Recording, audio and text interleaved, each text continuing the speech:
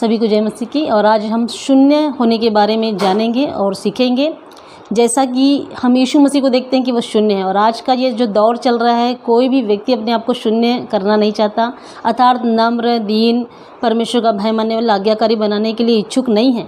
लेकिन आज हमको जानना है, जो विश्वास करते हैं, मैं उनके लिए कहती हूँ कि हमें शून्य होने की आवश्यकता है। प्रियो, जब हम शून्य होंगे तब परमेश्वर हमसे महिमा को लेगा, ऐसा कहता है। तो क्यों ना हम शून्य हो जाए, हम सीखें हम कैसे शून्य हो। तो हम देखते हैं पियो की किताब 2 अध्याय और उसका पहले वचन से लेकर मैं 7वें वचन तक आपको पढ़ के सुनाऊंगी।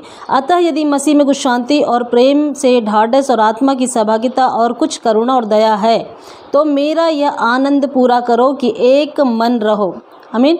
और यहाँ पर हम देखते हैं कि फिलो की जो किताब है, मसीह पौलुस ने लिखा है इसे, प्रेरित पौलुस ने, और उसने कहा मेरा यह आनंद पूरा करो कि एक मन रहो। हमें कैसा होना है? एक मन रहना है। किसके साथ? मसीह के साथ एक मन होना है।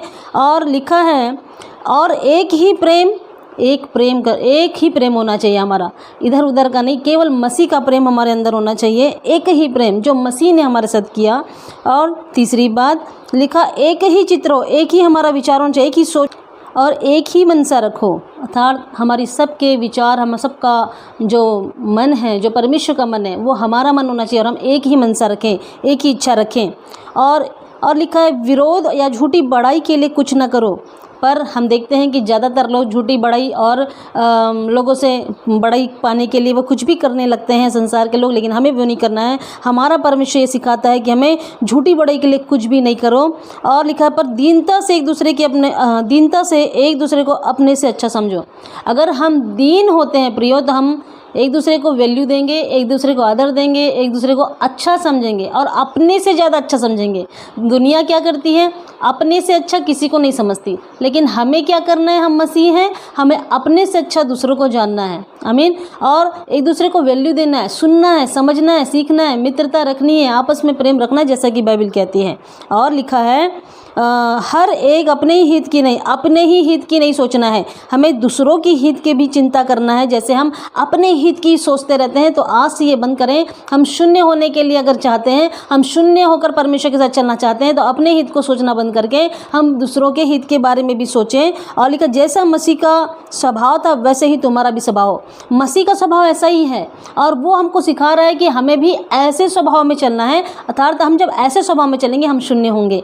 और जब शून्य का स्वभाव हमारे जीवन में आएगा, शून्य अर्थात हम अपने लिए पूरा इस संसार में हम हैं, हम इस संसार में रह रहे हैं, लेकिन हमें यहाँ के जो वातावरण, यहाँ का जो स्वभाव, यहाँ का जो विचार, यहाँ का जो काम है, अभिलाषा है, बुराई है, पाप है, दलदल है, तो इन सब से अपने आप को हटाकर मसीह के स्वभाव में बढ़ना है। जब मसीह के स्वभाव में बढ़ेंगे, दुष्टात्माएं जाएंगी, अंधकार दूर होगा, बीमारियां दूर होगी और आप पूरी तरह रोशनी में होंगे, ज्योति में होंगे और तमाम जो परिस्थितियां हैं वो बदल जाएगी प्रियो। लेकिन ऐसा ही हो जाने के बाद हमारे जीवन में नया परिवर्तन होगी, नई सुबह होगी, नया आनंद होगा, नया शांति होगा। आमीन। और कहता है परमेश्वर कि मैं तुझे महान कर दूंगा, मैं तुझे अधिकार दूंगा पृथ्वी का, और मैं तुझे दुनिया की छोर तक लेके जाऊंगा। आमीन। अगर आप और मैं शून्य होते हैं, तो हम ऐसी उपलब्धियों को अपने जीवन में देखेंगे जो और कहीं से नहीं मिलेगी। आमीन। देखिए मसीह के बारे में देखते हैं, 5वें पद पे लिखा है, 6वें पद पे, जिसने परमेश्वर के स्वरूप में होकर भी परमेश्वर के तुल्य होने को अपने वश में रखने की वस्तु ना समझा। वो परमेश्वर था,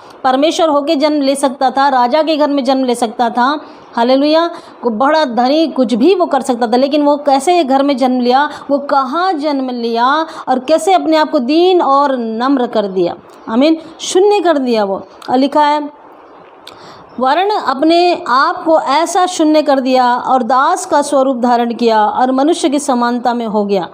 जो मनुष्य ना होते, मनुष्य की समानता में हो गया, दास का स्वरूप धारण कर लिया, एक दास बनकर आ गया वो, कि उसने अपने आप को दास का स्वरूप धारण किया। उसने दास के स्वरूप में आया, राजा बनकर नहीं आया, वो दास बनकर आया, सेवक बनकर आया, सेवा करने आया। आमीन। और आज लोग क्या चाहते हैं? आपकी और मेरी सेवा करें, ये हम सोचते हैं। लेकिन यीशु मसीह क्या चाहता है? यीशु मसीह ने क्या किया? वो दास बनकर आया प्रियो, सेवा किया, चेलों के पाँव को धोया, आमीन, कोड़ियों को छुआ, शुद्ध किया। आज हम ऐसा काम नहीं करते हैं, लेकिन परमेश्वर के इस स्वभाव में जब हम नम्र और दीन और शून्य हो जाएंगे, तो हमारा जो सेवा करने का तरीका बदल जाएगा, हमारे बातचीत, हमारा रवैया बदल जाएगा, हमारा स्वभाव पूरी तरह बदला हुआ दिखेगा। और प्रभु यही तो चाहता है कि हमारा मन पूरी तरह बदल जाए। आमीन।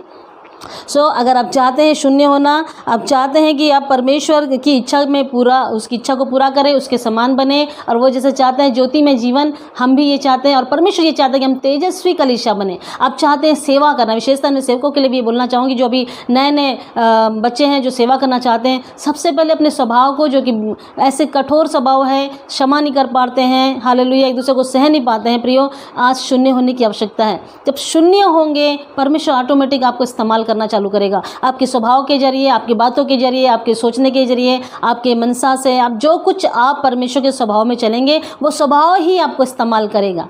आमीन। आप सभी को जय मसीह की प्रेज़।